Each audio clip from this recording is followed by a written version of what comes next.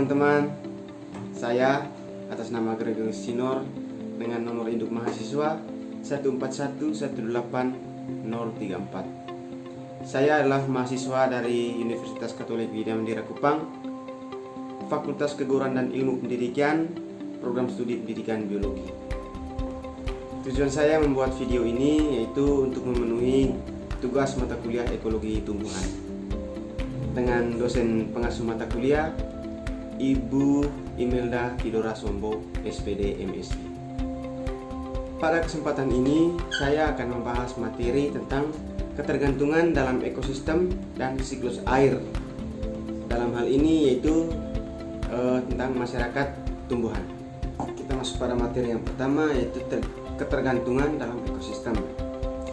Ketergantungan hidup tumbuhan terjadi secara kompleks, mirip dengan ketergantungan hidup yang terjadi dalam masyarakat manusia dengan segala bentuk kelas sosial mereka. Oleh karena itu, spesies-spesies tumbuhan yang mengalami ketergantungan hidup dalam masyarakat tumbuhan akan membentuk golongan-golongan ekologi, sehingga anggota dari golongan ekologi yang sama akan bentuk kehidupan dan pola hubungan dengan lingkungan yang serupa. Golongan ekologi yang mengalami ketergantungan hidup yaitu disebut Cynosiae. Cynosiae adalah suatu golongan tumbuhan yang mempunyai bentuk kehidupan serupa, menduduki relung yang sama, dan memainkan peran yang serupa juga.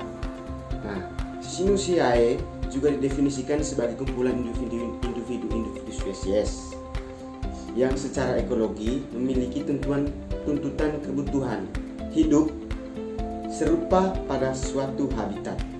Meskipun secara taksonomi individu spesies tersebut berbeda, di dalam kehidupan ekosistem terdapat saling ketergantungan atau antara satu spesies tumbuhan dengan spesies tumbuhan lainnya. Misalnya dalam hal naungan air, hara, mineral, dan relung, sehingga berkaitan atau menguntungkan. Juga dapat saling merugikan atau mematikan. Adapun contoh-contohnya,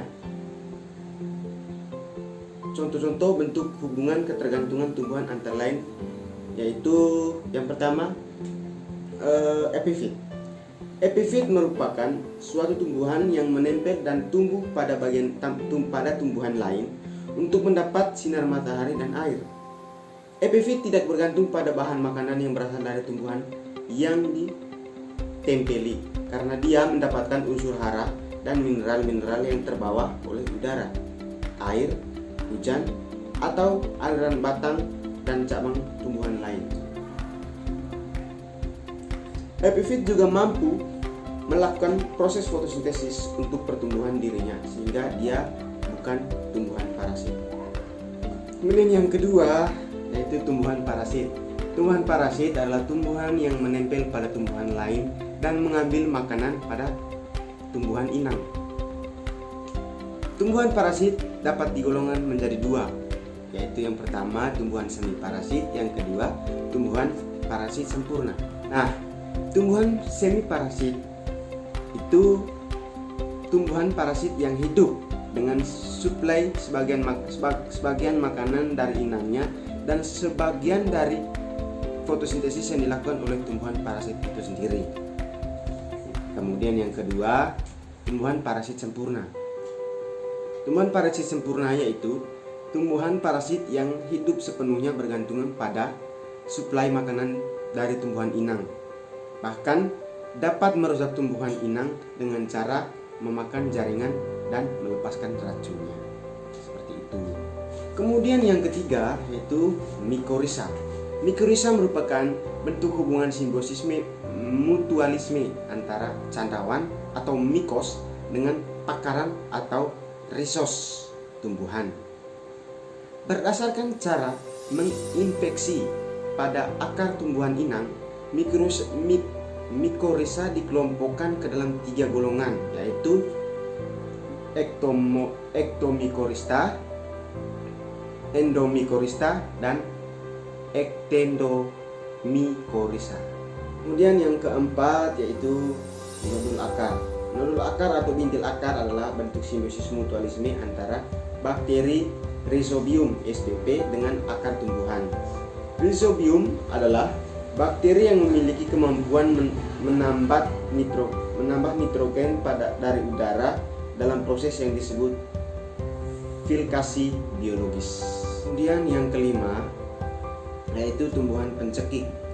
Tumbuhan pencekik atau strangler adalah spesies tumbuhan yang pada awalnya hidup sebagai epifit pada suatu pohon. Setelah akar-akarnya mencapai tanah dan dapat hidup sendiri lalu mencekik, bahkan dapat membunuh pohon tempat bertumpu.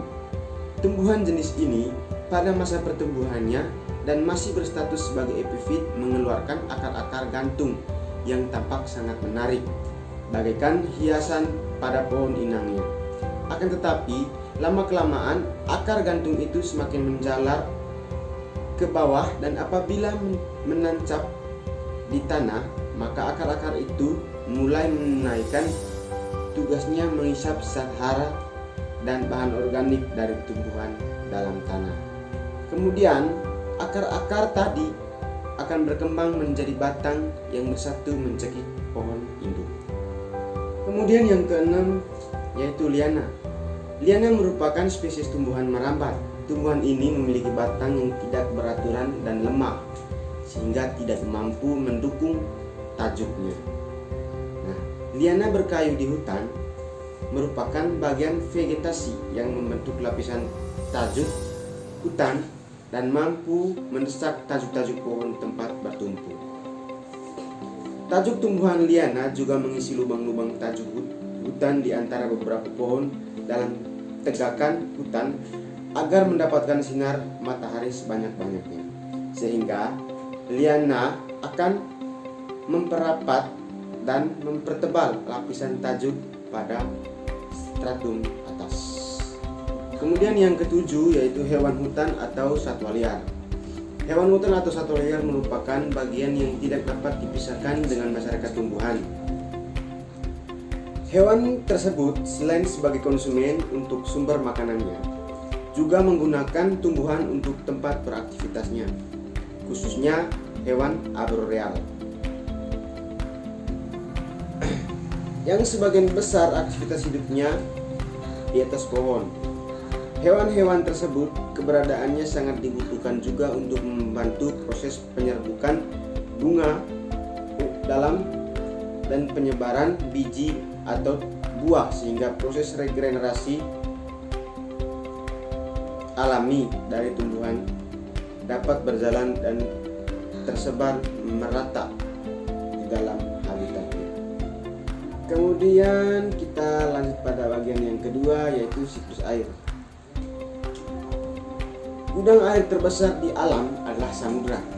Akan tetapi masih banyak gudang-gudang air lainnya di permukaan bumi yang berupa badan-badan perairan seperti danau, rawa, waduk, dan sungai.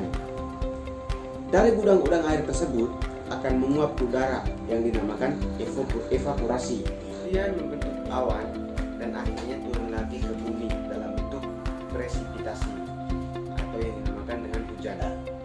Sehingga air akan mencapai ke seluruh permukaan bumi melalui presipitasi dan terus akan bergerak lagi masuk ke bumi, mengalir ke sungai, ke danau, ke laut, menguap dan seterusnya sesuai dengan siklusnya.